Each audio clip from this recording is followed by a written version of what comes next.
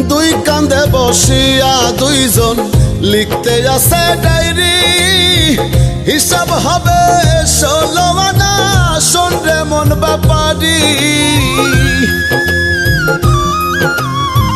দুই কাঁধে বসিয়া দুইজন লিখতে আছে ডায়েরি, হিসাব হবে 16 আনা, শোন রে মন ব্যাপারি।